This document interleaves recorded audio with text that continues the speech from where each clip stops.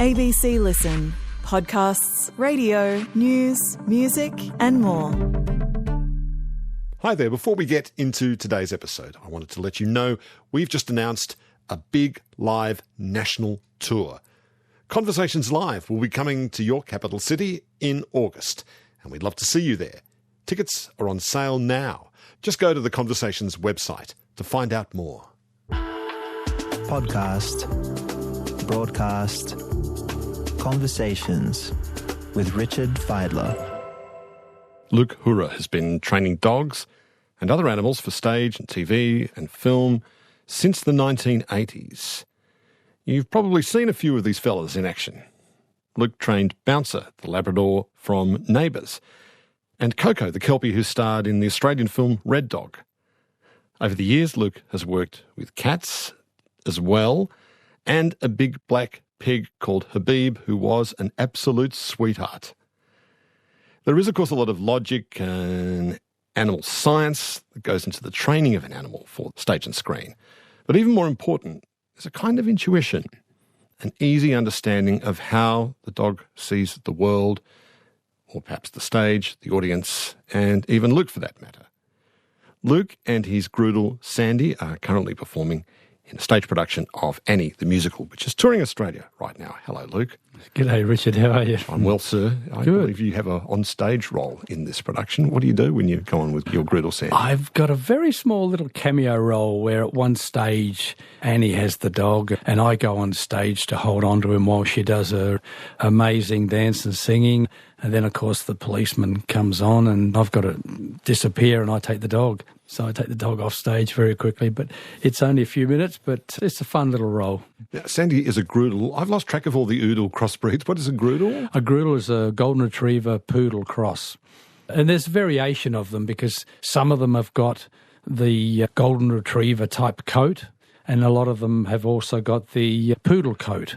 And I specifically wanted the golden retriever type coat so he looks like a big shaggy dog and he doesn't get the curly knotted hair like you do on some of the poodle coats. When you walk on stage, is Sandy pleased to see you on the stage?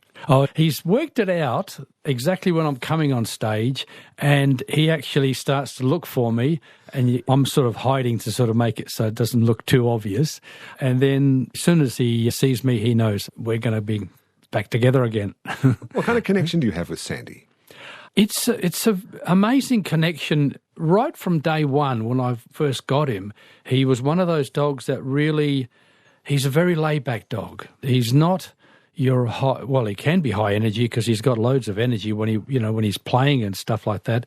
But he's always been a dog that just is happy to sit with you and be with you. My business partner, Lauren, she took Sandy for about a week just to have a bit of socialising with other people and kids and everything else. And he was in one of the therapy rooms working as a therapy dog, and the girls thought there was something wrong with him because he would just lay down and stay there until they got up. As soon as someone gets up, then he goes out with you. And that's been his trait all the time. He always does that. He's learned to just wait there, and when I stand up, he's up, ready to go. And we've had that sort of connection all the time. So even when I'm in the kitchen, he'll come and lay down next to me while I'm doing the dishes, or I might be having some breakfast and he'll be down alongside of me. He's always wanting to be very close, which is quite amazing for a young Groodle, but he is just one of those really sensible, steady, calm dogs. I know we're not supposed to project too much human type thinking or emotional attitudes onto animals like that, but he does sound like a dog who knows who he is and where he needs to be. Yeah, it's almost like that. I mean, I sometimes am puzzled myself how dogs work things out. And he works things out very, very quickly. Like even during the show, for example, there's one part, for example, where he goes into a box towards the end of the show. And I'll sit there, and after a very short time, he started to realise, when the box comes over, I've got to get in it. And I just unclipped the lead, and he's laying down in front of me. He'll sit up as the box opens. He just goes in completely on his own. I don't tell him to go in there. He just goes completely on his own and sits down in the corner waiting. So he knows exactly what's coming and what's happening. And he seems to be like that all the time. As soon as he works things out, he gets a comfort zone and he's happy to do it. But I've got to say that, if a dog didn't want to do it, they wouldn't do it. Because people often ask me, they say, do you think the dog enjoys doing this? And I said, well, they've got a choice. They don't have to do it. If they want to do it, they'll do it. If they don't want to do it, they can just walk off stage and say, forget it, I'm not doing this anymore. I think it's hard it's interesting for any sentient being, human, dog or otherwise, to walk from the wings onto a stage and suddenly you're confronted by maybe 1,000 people, maybe more than that, if you're in a big theatre, who are kind of watching you really closely, and they're breathing or they're laughing and occasionally clapping. How does Sandy cope with the noise of the audience? It's a good question, because he doesn't sort of like too much activity outside normally when I'm walking down the street, but on stage, he doesn't seem to worry about anything. He's never really been too concerned with noises. We did condition him quite a bit when we were doing rehearsals. Whoever was in the room was clapping and cheering while we're doing the rehearsals, because we spent 6 weeks rehearsing. And he just took to it very easily. We also had a piano and a set of drums there that were very loud as well. So he got used to that. And the orchestra never worried him. The crowds never worried him. And people really roar when they see him too. So it's really quite funny. Maybe it's a silly question to ask, but it is a really delightful thing when you see a happy dog sort of capering about on stage. It's really quite delightful. Do dogs sense and enjoy the pleasure of the audience? I think they do. It takes a while for them to get used to it. Every dog is different. I remember when I did the last Annie with Buddy, he was just like a very serious actor. He did everything, exactly the way that he's meant to do it. And he was quite happy to do it, quite happy to meet people, and just love seeing the crowds. Like sometimes when I walk out the stage door out the back after a show, there's a massive crowd out there, and we get some pretty big, cheers as soon as we walk out, as soon as I see the dogs. And the dogs walk straight into them. And so I know that they do enjoy, to a fair degree, the company of people and just the energy of the crowd. When you bring a new dog into your life, what's your process of building trust with that dog? Spending time with it and not doing a huge amount with it, just trying to understand it. I think that's probably the first part. I think most people would probably agree that when you get a new dog, you're probably doing a lot of different bits and pieces. If the dog goes into the wrong room, no, come back here. And really, that's all training. It's all training. It's little things, but they're teaching the dog. That means, no, you can't go in there. If the dog does about to chew something up, you leave that alone. They sort of learn quite easily. And I take my dogs through the routine. Fortunately, I've usually got about 4 or 5 dogs with me in the house anyway, and they're all well and truly educated. They're all very clean, never make a mess inside, and they teach the dogs as well. Really? So Really? So the dog observes the other dogs, what they're doing? They pick things up from there, and that includes bad habits too. So if you've got a bad habit like running out the door and chasing after something, they'll pick up that bad habit very quickly as well. So they pick up certain good things, but they also pick up some of the bad things, which you've got to be careful of.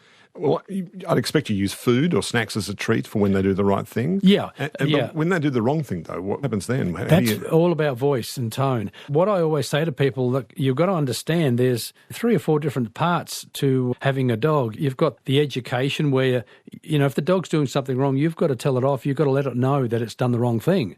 And if you're actually training a dog, then there's no discipline in the training, because if you start disciplining the dog during training, what happens is that when the dog's trying to learn, he's going to make mistakes. And if you try and correct him too many times because he's trying to work out what you're talking about, he's going to get confused and stop learning.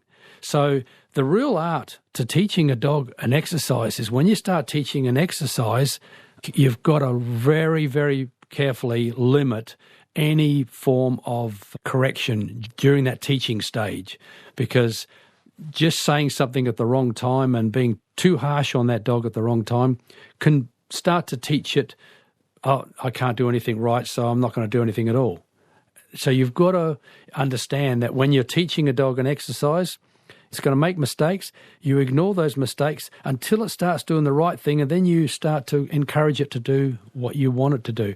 You know, for example, if I'm teaching a dog to sit, for example, I'll go, sit, good boy, no, sit. And most obedience instructors will say, no, you tell it once. And I say, rubbish. You haven't trained enough dogs to understand that the dog is trying to understand what I'm talking about. And sometimes the tone is very, very important. And as soon as it sits, good, hold it.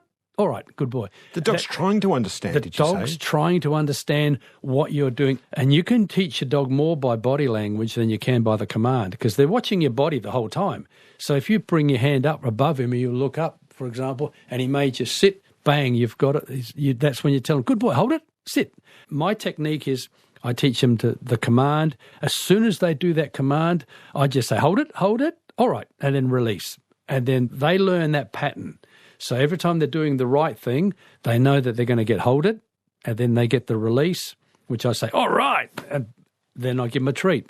And that pattern becomes their source of learning, because, if you've got a technique of training a dog and it's successful, why change it? Just use the same, but you've got to be consistent how you do it. So you're trying to constantly get in sync.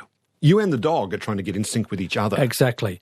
You're learning from the dog, you're watching the dog, and you're helping him understand what you want to do. And then as soon as he's got it, then you teach him that means that's good, that's the perfect thing. And then we start to build on that. And look, the first 10 or 15 commands may take a month to learn. Some dogs learn it in 2 weeks. But then as you teach them 20, 30, 40 different commands, they've learnt the pattern, and everything becomes easier and easier, providing they enjoy working with you. If they don't enjoy working with you because you're not kind to them or you're not teaching them in a nice way, they will stop learning, and you'll only ever teach them half a dozen tricks if you're lucky. Right, all you've got is a cowed animal on your hands instead of a cooperative one.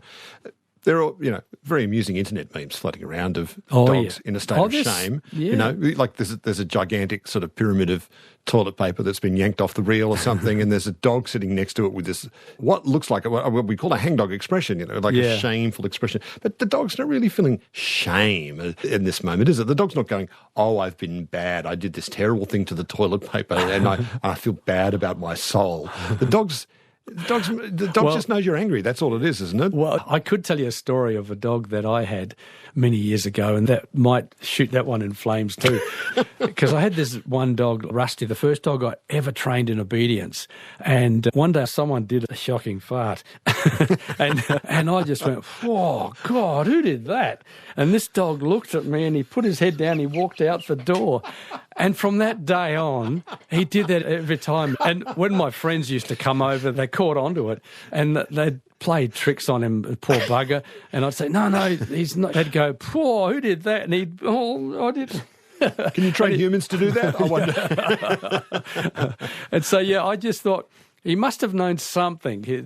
Sometimes they get some sort of embarrassment, I think, from some of the things that they do.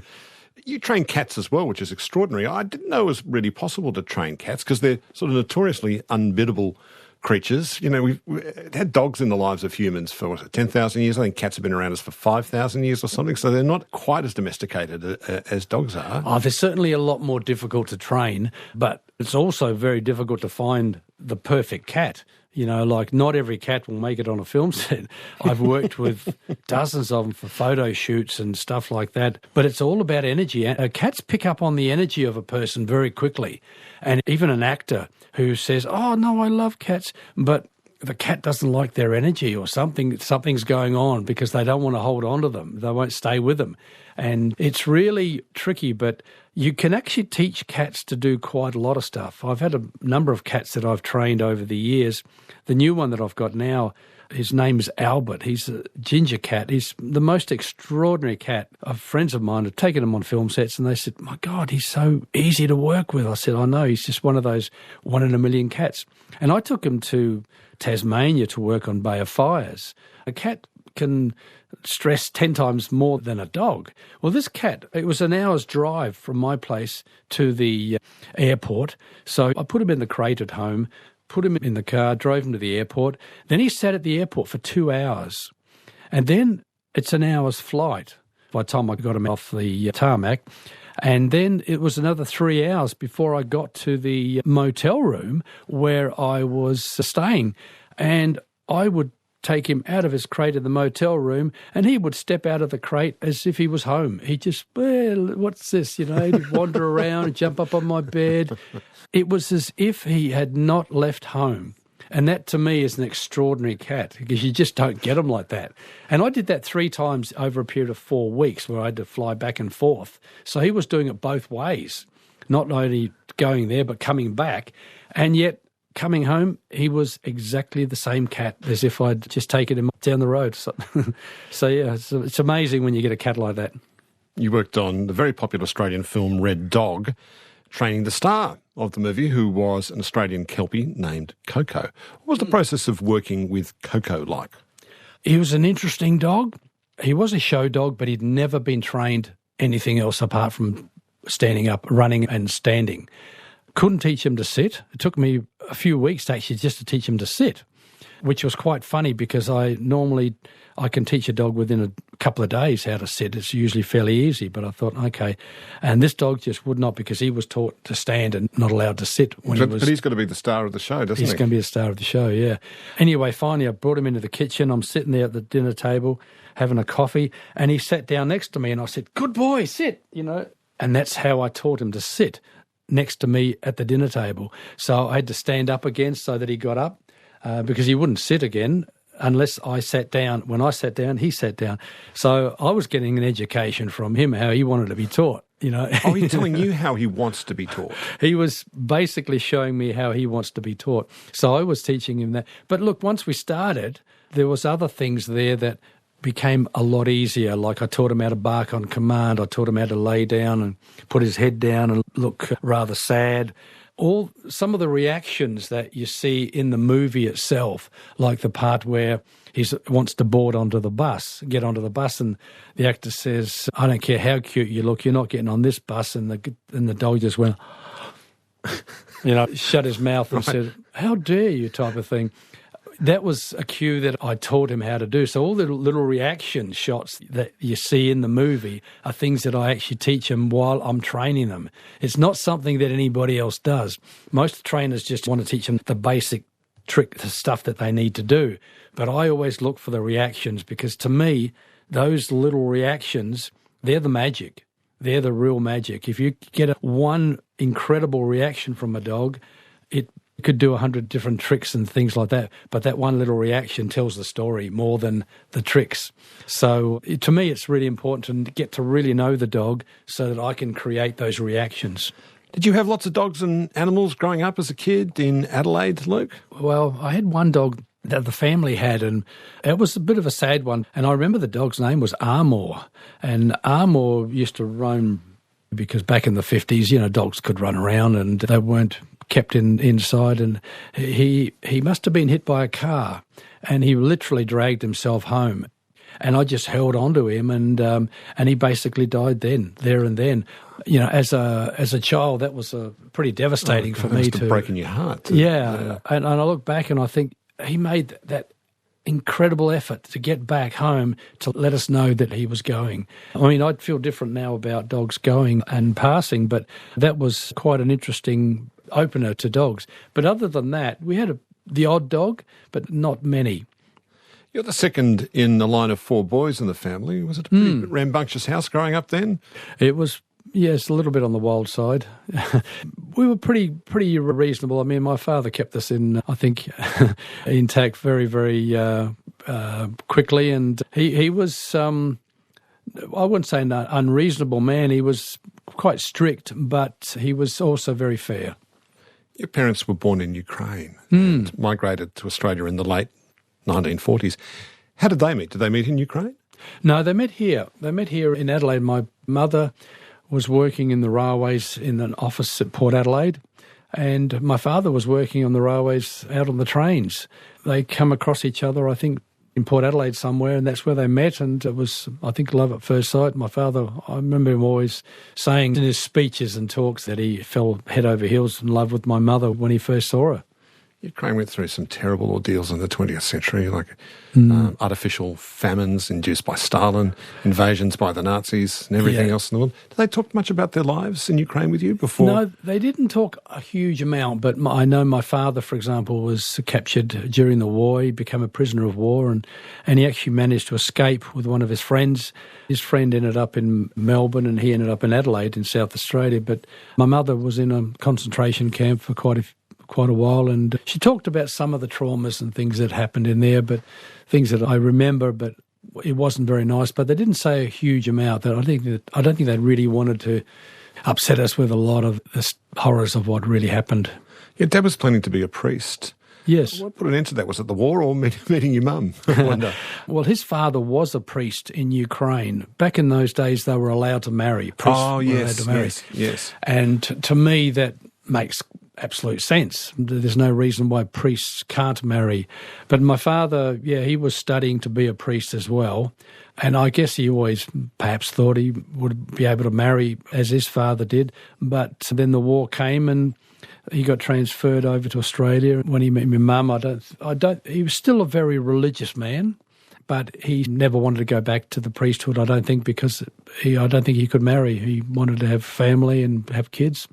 Were you always going to be an outdoors person, like around with dogs? Absolutely. I was a qualified motor mechanic back in the 70s, and I remember saying one day, I've got to get out of this. I don't want to be stuck in four walls for the rest of my life. I wanted to leave and do something different, because I used to see all these salesmen come in and they used to tell me about all the trips they used to do, and I thought, oh man, I'd love to do that. Something like that would be different. While you were working as a mechanic, you saw this weird accident as a young man. Tell me about that accident and what followed from it. Yeah, you see a lot of accidents, but in this particular one, I decided I was going to stop and try and help this guy, because I could see this guy, he was dragged out of a car. He was in a bad way. What had happened to the car? Oh, he smashed into a Stobie pole. Those famous Adelaide Stobie poles. Oh, yeah. Like telegraph poles with concrete in the middle and two railway tracks on either side. Exactly. Yeah, and he hit one of these pretty bad, and anyway, he got dragged out, and I was laying there, and I pulled up and I looked down at him, and when I saw him, I actually saw a vision of my brother, and I thought, oh my God. Your brother? My brother, my young brother, yeah. And that sort of freaked me out. So when you say you saw a vision, what do you mean? How did it come to you? It was like I'd seen my brother in that person. And when I looked down at the guy, I didn't see him, I saw my young brother. And I thought, wow, it was quite scary, and didn't know how to handle that, first off. But then it was a couple of months after that my brother came home one day and he says, oh, I've bought myself a motorbike. And I said, no, and I straight away, I didn't tell him the vision that I'd seen, but I said, no, you've got to get rid of that bike. And I actually convinced him to get rid of the bike. I actually took the bike and got him a car through the car yard that I worked in at the time. So I thought, oh, thank God for that. He's not going to be on a bike.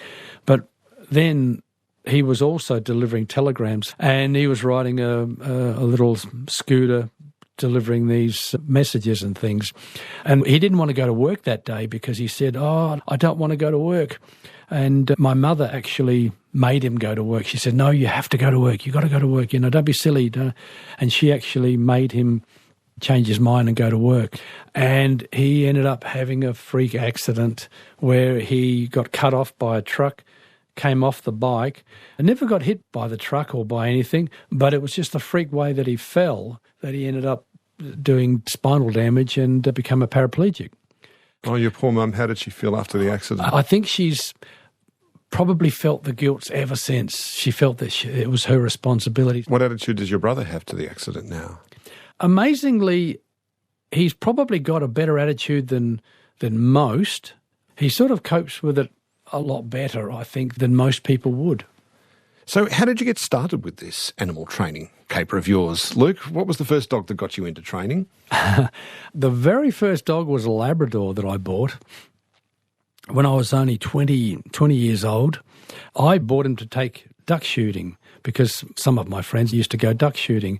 So I bought a Labrador, thought I need a retrieving dog to bring the ducks back in. I better start training him. So I started going to the Port Adelaide Dog Obedience Club and started training this dog called Rusty, and it turned out to be the most incredible dog. After the first month, they were testing us to see who was the top dog in the class. And so I got into training dogs in a more serious way and put more effort into the training until I got to the point where all of a sudden they said, "Oh, you're ready for dog trials."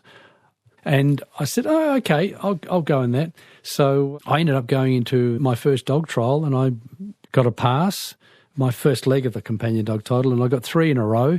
Then there was companion dog excellence, and then there was utility dog. That was the highest level at a dog trial. Within 12 months of being at this dog club, there was no one there that could teach me anymore. So then I had to go to another club to learn how to do the rest of the training.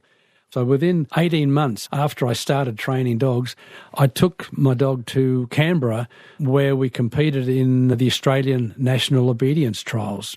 And I ended up winning every single trial every day. And I also scored the highest scoring dog in trial. It was my weekend. Why do you think you did so well? What is it you think you have? Without trying not to be immodest, but why do you think you excel in this? Why do you think you're so suited for this work? You know, I actually trained very differently back then to what I train now. If I look back now, I know that it's that special connection and bond that I get with animals. Do dogs need to know you adore them? Is that what it is? Do you think you are the most lovely thing I've ever seen in my life? I think adore is probably not the right word. I think total respect for the animal is probably the best thing, and an understanding. A lot of people, they'll look at dogs very differently. To me, they're a dog. They're having an experience of living the life of a dog. So you're like, in a way, you're kind of like a really good tourist in a foreign country, which is dogland, I suppose, or something. You speak something of the language. You're respectful of its ways and its habits and its culture and customs. Yeah, and you learn that sort of stuff as you're going along. And the more you spend time working with them, the more you learn. So you don't just suddenly pick up and know everything that you want to learn, because it would be the same for everybody. It doesn't matter what job you do. It's a process going from A to Z, and the journey is the most interesting part of it. And I always say to people, the reason I know so much is because I have trained a lot of dogs and I've made every mistake you could possibly make, and then some. And that's how I learned. There was no one to teach me how to do film work. I wanted to find a book to teach me how to train dogs, specifically for film and television work.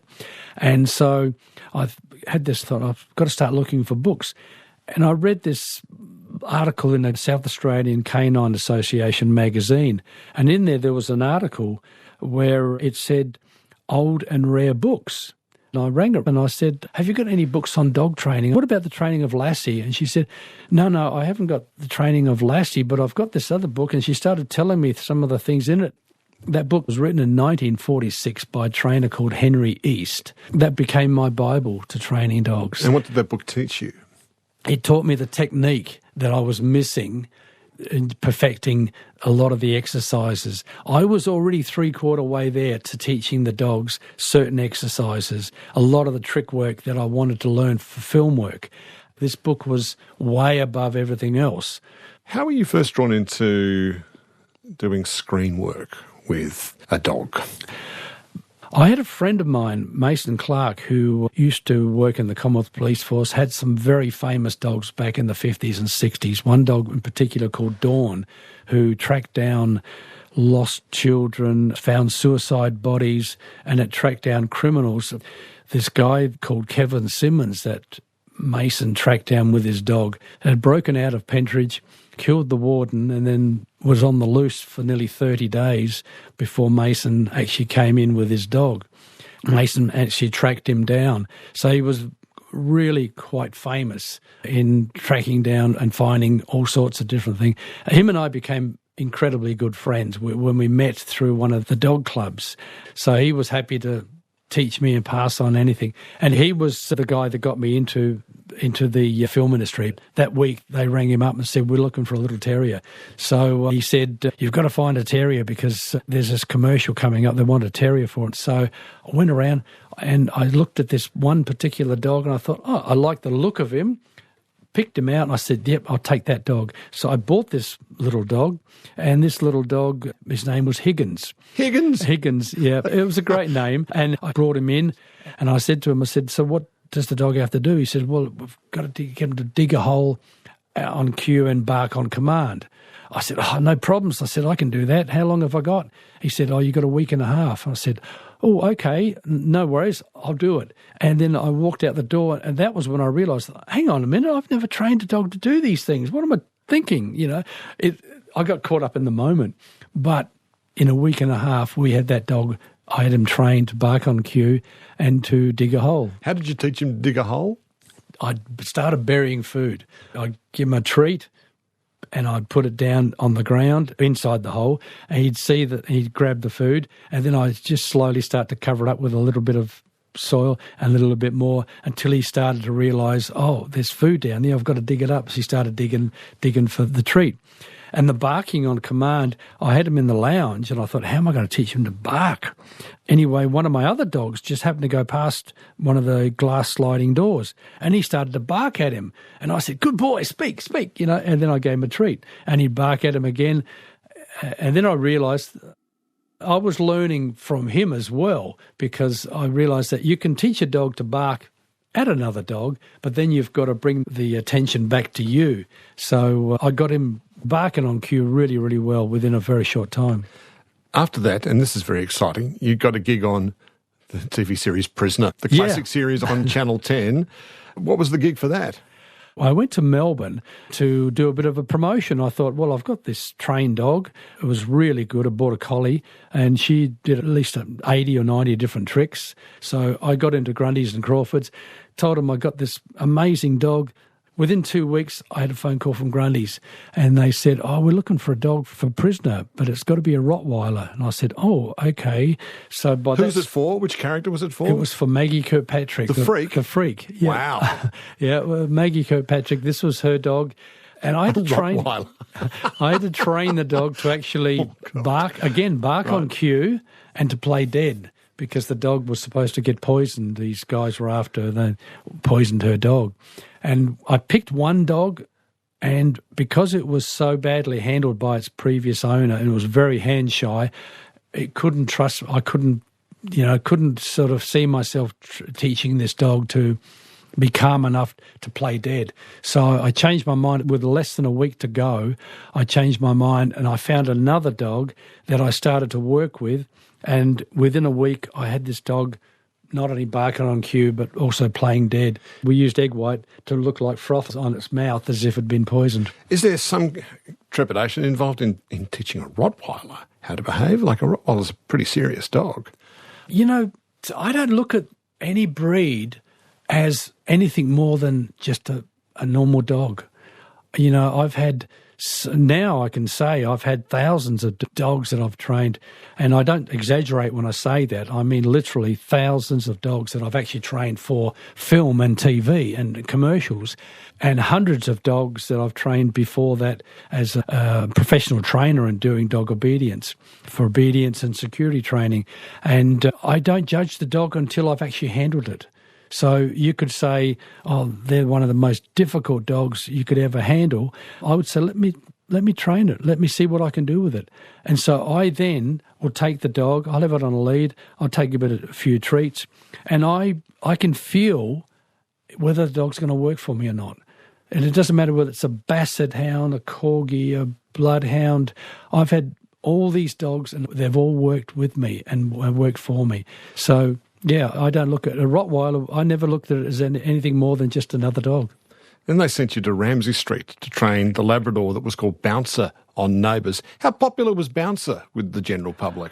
Oh, Bouncer was huge. Even to this day, I come across people all the time that as soon as I say, oh, no, I had a dog on Neighbours, oh, Bouncer. There's been dozens of dogs on Neighbours since, but they don't remember any of them except for Bouncer. I mean, Bouncer was one of those unique dogs, and he made a real impact in the television industry. Why does one dog make a bigger impact than another, do you think? I don't know what it was. I don't know. But he really and truly did.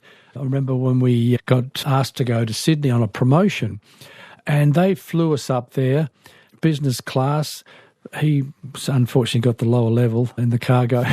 But when we got there, we got a limo, took us to the penthouse suite of the Siebel townhouse, and we had photos up there. He had an amazing weekend and a life that most dogs would never ever see.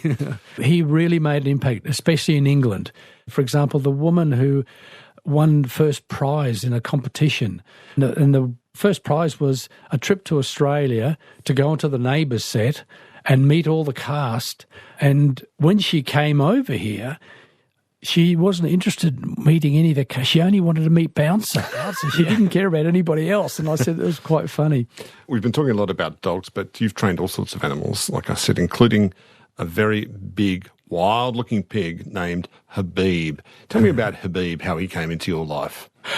Habib was an amazing pig. I mean, I've trained a lot of pigs as well before that, but apart from pigs and cats and dogs, I've trained everything from rats and chooks. You can train rats and chooks? You can actually train rats and chooks. They will learn quite incredibly. But Habib was something unique. We got this job on La Brea, the American series that they were filming over here. And they wanted this big wild-looking pig to be in this place where everyone had landed after this big sinkhole came into the middle of America. Anyway, they wanted a big, huge, wild-looking pig. So we had a look at a couple of them. But then one of them was owned by a friend of the person whose property they were filming on. And they took me down there to have a look at this pig. And I've got to admit, when I first saw him, I thought, my God, this is one scary-looking pig. He had these little tusks, and he was from a wild pig. Originally, his mother, I think, was shot, and he was a tiny little piglet when the guy found him. And so he took him home and he reared him. And even though he was reared, pigs can still go feral. They can be very aggressive. Oh, absolutely. So. But this pig was incredible, and I spent about 4-5 weeks. Every day I went down there for an hour with him, and I'd be training this pig to play this little role in the thing. All it had to do was to come to me, from A to B, as we say in the industry, and then it had to also play dead. Again, I get these roles all the time where animals have to play dead. How do you teach a big black pig? Was it big black, by the way? Or it was a huge big black. Right. Yeah. How do you get a gigantic big black pig to play dead? Well, originally they said to me, they mentioned about playing dead, but then they played it down. They said, oh, no, we'll probably do that in post. So I never worried about trying to train it to play dead. But it had a massive trust in me, and it was an amazing pig. It used to follow me around and do all sorts of different things. Then I trained it to go up onto the horse float. And then in the end, I just opened my van and I said, come on, I made a ramp. And I said, come on in the back. He got in the back of my van and I threw an apple in there for him. I used to drive him onto the set in the back of my van. The places we had to film were so remote and so difficult to get to. It was easier to take my van in there rather than try and take a horse float with massive space. And then when we finished filming, I'd say, come on, I didn't even need leads or collars or anything. He would just follow me back to the van. I'd say, come on, up you go. And he'd go in the back of the van. And then how did you get him to play dead? They dropped it on me and they said, oh, now we need to get him to play dead. And I said, you didn't tell me that. I just said, okay, you're going to have to give me a bit of time. Take the film crew, do another shot, let me prepare this pig, and then I'll give you a yell when it's ready. And that's what we did. Most people who've got pigs know that when you start rubbing their stomach frantically, they'll start to fall on their side. So I had this pig and I'm rubbing its stomach, and it almost started to fall down. I thought, oh, I think it's going to work. Because you can imagine the size of this thing. It was so big, I had to get my legs out the way because he could just about break my legs when he rolled on alongside of me. But he finally laid down on his side, and I thought, oh, beauty. And then I said to them, go and get the film crew. Tell them the pigs now can play dead. Pigs down. So anyway, he got back up again, but I knew I could get him back down once he did it once. So then the film crew came back, and it took me a few minutes, got him to lay down on his side, and I just relaxed him. And I said, good boy, you stay there, and just totally relaxed him. And then I would just step out of the shot, and the two cameras were picking him up in what looked like a dead position where he wasn't moving at all. He was just basking, was he? Just Right. basking, yep, exactly. So Habib, by all accounts, pigs are among the most intelligent of mammals. Did you see that? Are pigs as intelligent as they're all cracked up to be? Did you find Habib was? Absolutely. Yeah, I've trained pigs at a very young age. I had one many years ago that I trained, and I took it on stage. It was only 10 weeks old. From the age of 4 weeks, I could get it to run and pick up a stick, put it in a box, and it would do it 10 out of 10 times.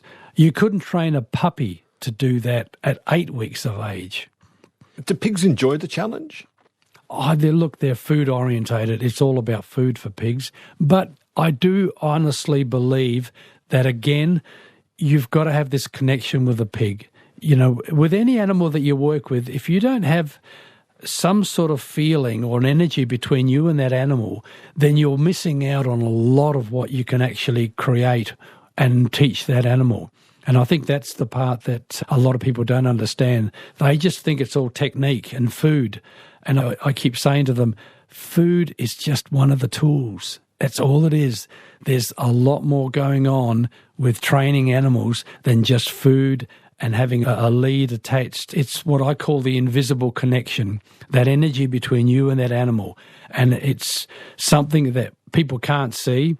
But then again, you flick the TV on or open your car door with a remote, you can't see the energy that's going between the tool and the car or the door or anything else that you're trying to operate, but there is an energy there. And it's the same with humans. We have this energy between us. People feel it. You know, you can sort of walk into a room. I know when I walk into a room with a dog, if the air is so thick you can carve it with a knife because of conflict going on inside, I can walk in and calm that energy within seconds, just by walking in with an animal. And I've done it in meetings numerous times. And I walk in and I know absolutely what's happening, and I can see the energy shift straight away. And when I walk out, I just fist pump the air and I say, yep, we've done it. You know, you can change the energy in a whole meeting just by bringing an animal into a small place. Is that because the presence of that animal is a kind of a reminder to people not to be such a hard ass about this or that? I think that's exactly, and they suddenly feel something when that animal comes into place. It reminds them of either their animal or their dog or some nice feeling. Not everyone's, or for the animals either. You'll get some people that won't budge on that, but most people love being with an animal. I mean, they thrive at the theatre. You know, a lot of them just want to pat the dog and have a play with the dog. And I allow it to a fair degree in most instances. The only time I don't is when we're actually working, when we're doing a particular thing, or on a film set. If we're about to do a really tricky scene, I prefer not to have too much interference. Then we just go straight into it.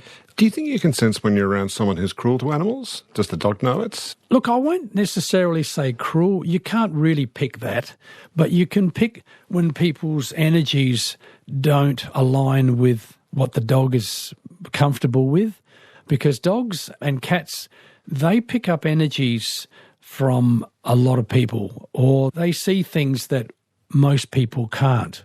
And if they see something in a person, they might start barking at a person, for example, but they may see something on that person that nobody else can.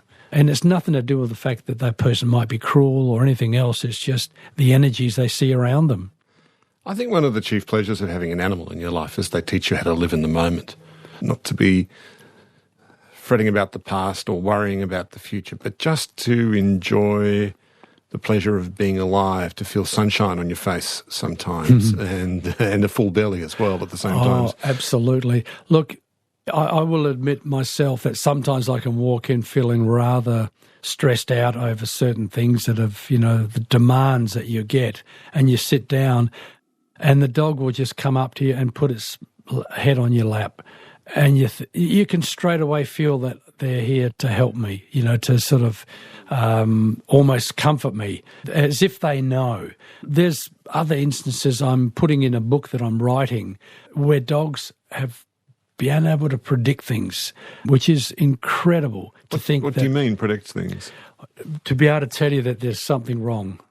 You know, there's amazing stories about how animals have come into somebody's life and actually helped them see something or help save their life or done something for them.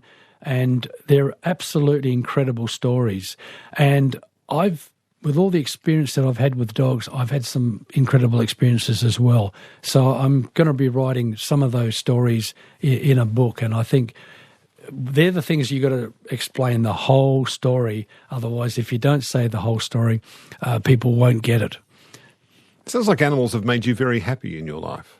Yeah, they do. They've certainly shown me things and helped me in situations when times have been tough. Look, it's been a great pleasure speaking with you and hearing about this wonderful symbiosis you have with all these lovely animals. Thank you so much. No worries. Thank you. It's been a pleasure, Richard. Luke Hur and his Groodle Sandy are currently performing in the stage production of Annie, which is touring Australia at the moment. Today's conversation with Luke Hur was created on the lands of the Gadigal people. Executive producer is Nicola Harrison. I'm Richard Feidler. Thanks for listening. You've been listening to a podcast of Conversations with Richard Feidler. For more Conversations interviews, please go to the website abc.net.au/conversations.